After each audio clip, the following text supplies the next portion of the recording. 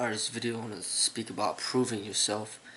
A lot of the videos I've been speaking about no competition and being in meditation and becoming an artist. But this video I'm going to talk about, the need to prove yourself, you know, in order to,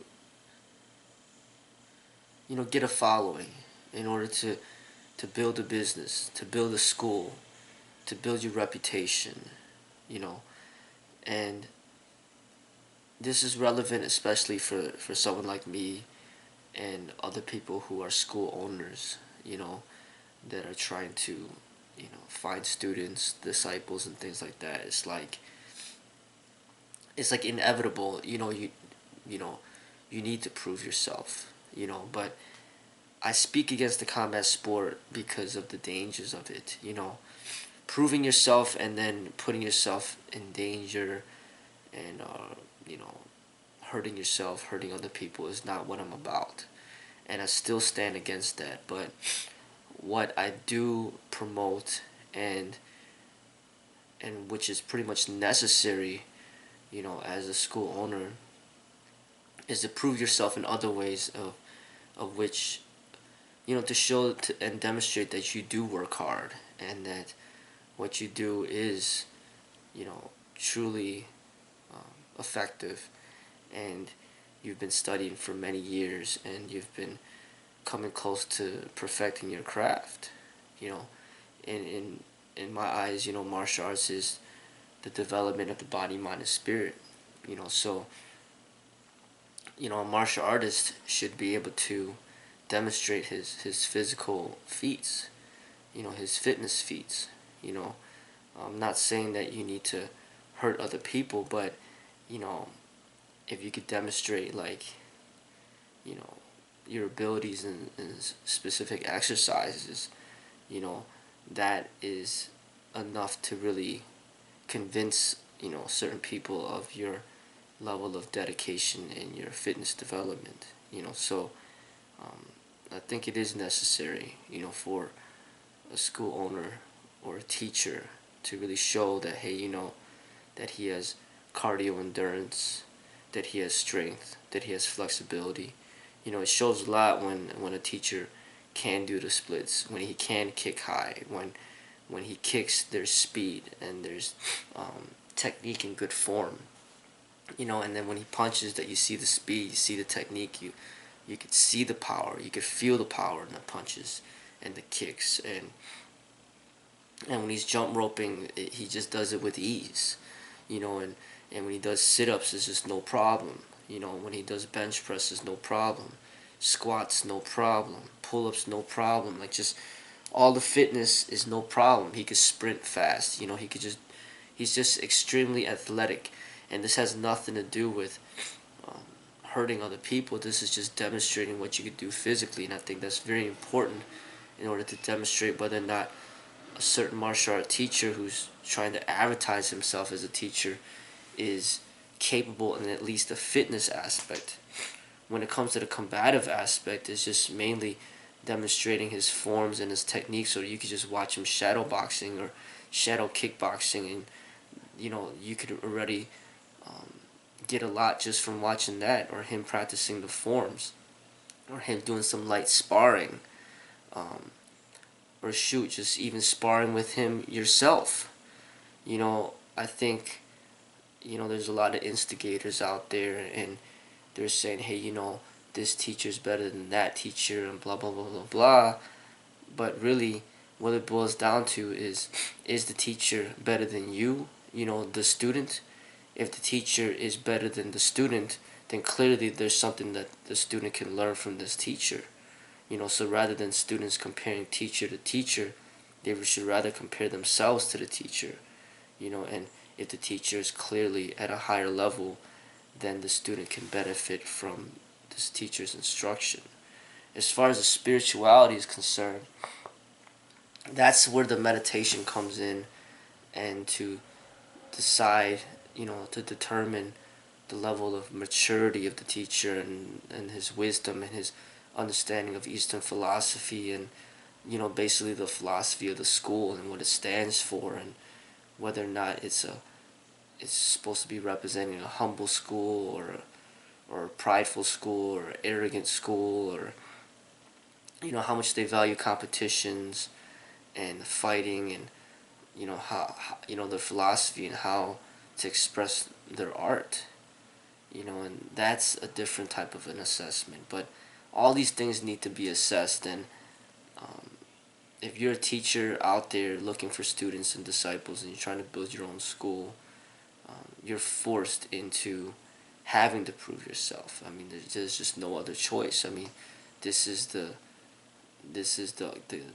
what you have to deal with, and as an artist, you need to just kind of find, more peaceful ways of proving yourself, opposed to just fighting everybody that challenges you, or you know violently trying um, to prove that you're better than another teacher or better than another school. It's not supposed to get to that level. Um, Essentially, you need to prove that you're a living, walking example of optimum health and um, optimum proficiency in combat, unarmed and armed. Another way to prove yourself, for example, is like something simple like using firearms. Just going to a firearm range, or a gun range, and demonstrating how proficient you are with the guns. That's something simple. It has nothing to do with hurting other people. You know, um, or simple challenges that you can have with other people. Sprinting to see who's the fastest, seeing who could do the most pull-ups, who could do the most squats, who could jump rope the longest. You know what I mean? Like, who could jump the highest. You know, um, just simple ways of demonstrating and proving your abilities. It's like somebody that claims himself to be a great dancer, and he could teach you how to dance, but then if he doesn't want to dance to show you how great he is, then what kind of dancer is this? Or a singer who's saying that she's a great singer and everything, she could teach you how to sing, and then you ask her to sing and she won't sing. I mean, what kind of teacher is this? You need to demonstrate your craft, your art. You need to show your art. You know what I mean? You're an artist, you're a painter, but then you say you want to teach people how to paint, but then you don't want to show them your paintings.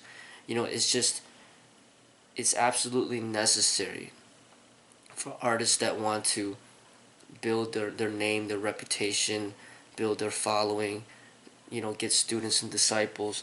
It's absolutely necessary that they do prove themselves, but not in the violent way of proving yourself as far as these combat sport people are concerned. But there's other ways of proving yourself, in order to show, how hard you work. Bruce Lee, for example, got a lot of respect from just doing the two-finger push-ups. And then he did the one-inch punch. And in his movies, he's highlighting his speed. And another thing, like proving yourself, simply just taking off your shirt and showing people your physique is another way of demonstrating like your hard work and how you value fitness and health. You know what I mean? Like, that says a lot. And just taking care of yourself, taking care of your hygiene, and your uniforms and your clothes, and just basically showing that you care about you care about yourself. You're not like a slob. You know what I mean? Like, even like the car you drive, the home you live in, like demonstrating success. You don't want to be like a bum on the streets who, you know, just wears dirty clothes, stinks, like bad hygiene, and then, like, then you want to teach the martial arts when you don't even take care of yourself. You don't take care of your health. You're about to get a heart attack. You drink a lot of alcohol. Your liver's about to, um, you're about to get cancer. You smoke cigarettes, and then you're about to get lung cancer. I mean, it's just like people don't care for their health, and then they're trying to teach other people martial arts. These people are not, they do not deserve to teach, and they're furthering the corruption within the martial arts by teaching. They should not be teaching, and these individuals need to be identified and exposed, because they do not deserve to teach, and they should not be teaching. The quality teachers out there should be representing health in body, mind, and spirit. And every quality teacher out there, they need to prove themselves. And then if they do not, then what is there to hide? If they have something to hide, then clearly they're probably not qualified. You know, they can't. They don't even want to show how many pull-ups they could do. They don't even want to show their physique. They don't even want to show their hand speed and how quick they could punch or how quick they could kick. They don't want to show that that they're strong. They don't want to drop down in the splits and show how flexible they are. They don't want to do anything. But then they want to teach the martial arts. That, to me, there's something wrong there. There's clearly something wrong there. And I feel that people just need to be, to think about what I'm saying, and better put themselves in a position where they can decide for themselves, who are the ones that are being fraudulent with the martial arts, and there's just a lot out there. There's a lot of fraud out there. You know, um, I mean, that's my opinion. Other people value different things, but for me, I value a person that actually lives the way, not just talks about it. Not just somebody that has a bunch of degrees and a bunch of black belts or a bunch of trophies to display, but then he's not living the way.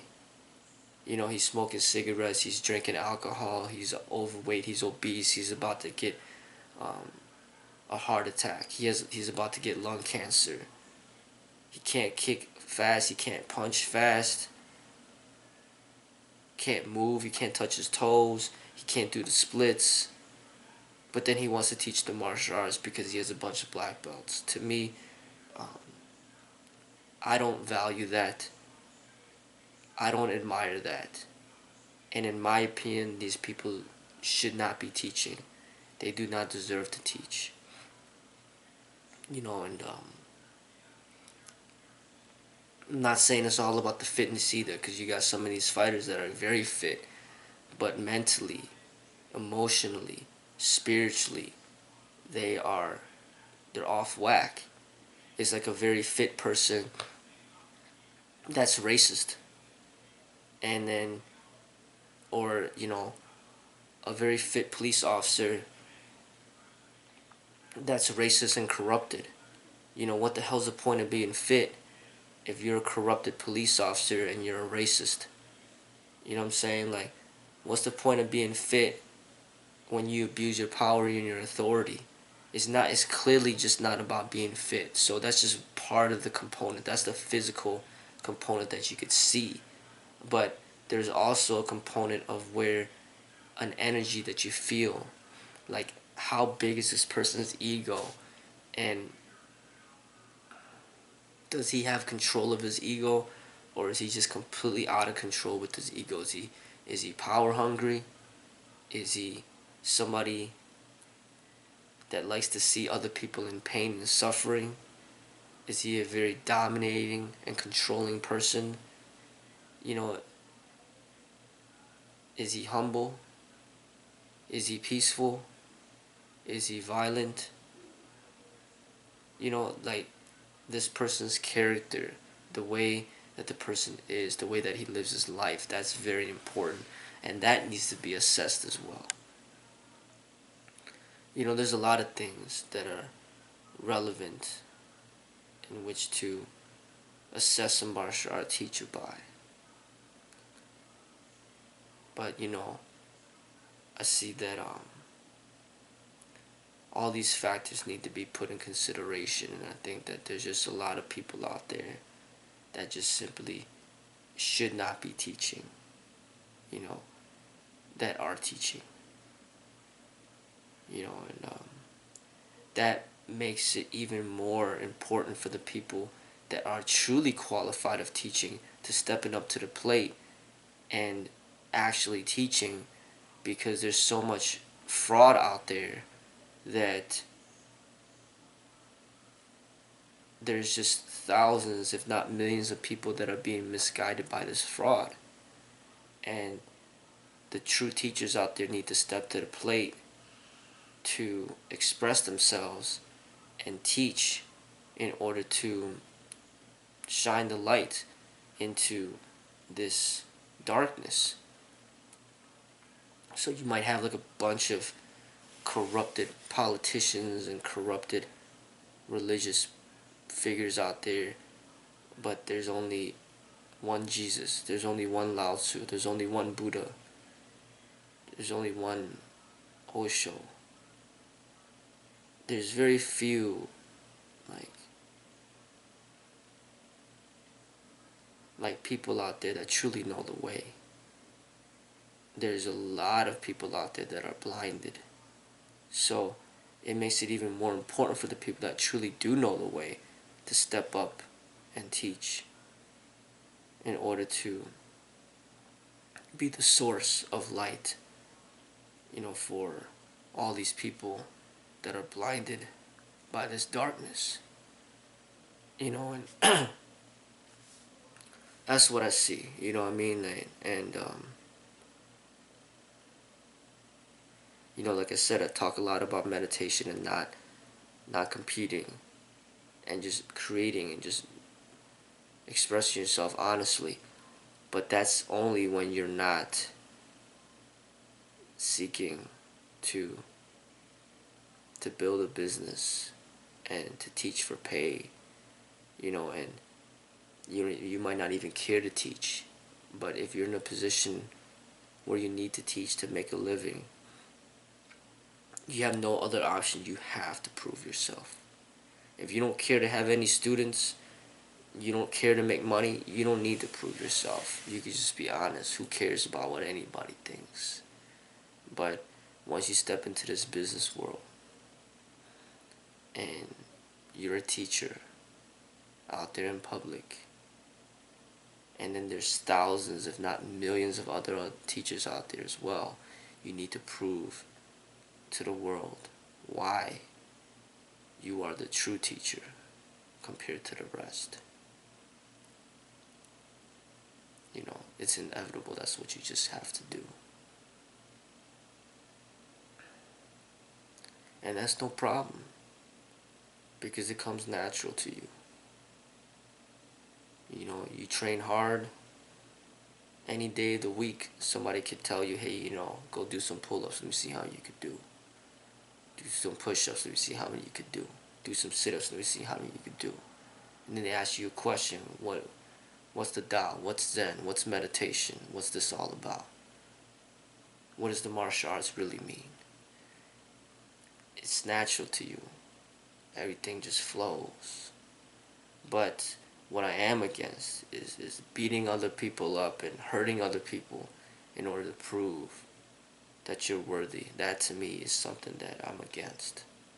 But as far as expressing your physical abilities and your fitness level, your flexibility, your speed, your strength, your endurance, your knowledge and understanding of the martial arts and Eastern philosophy, hey, that's all a part of what's expected out of a teacher.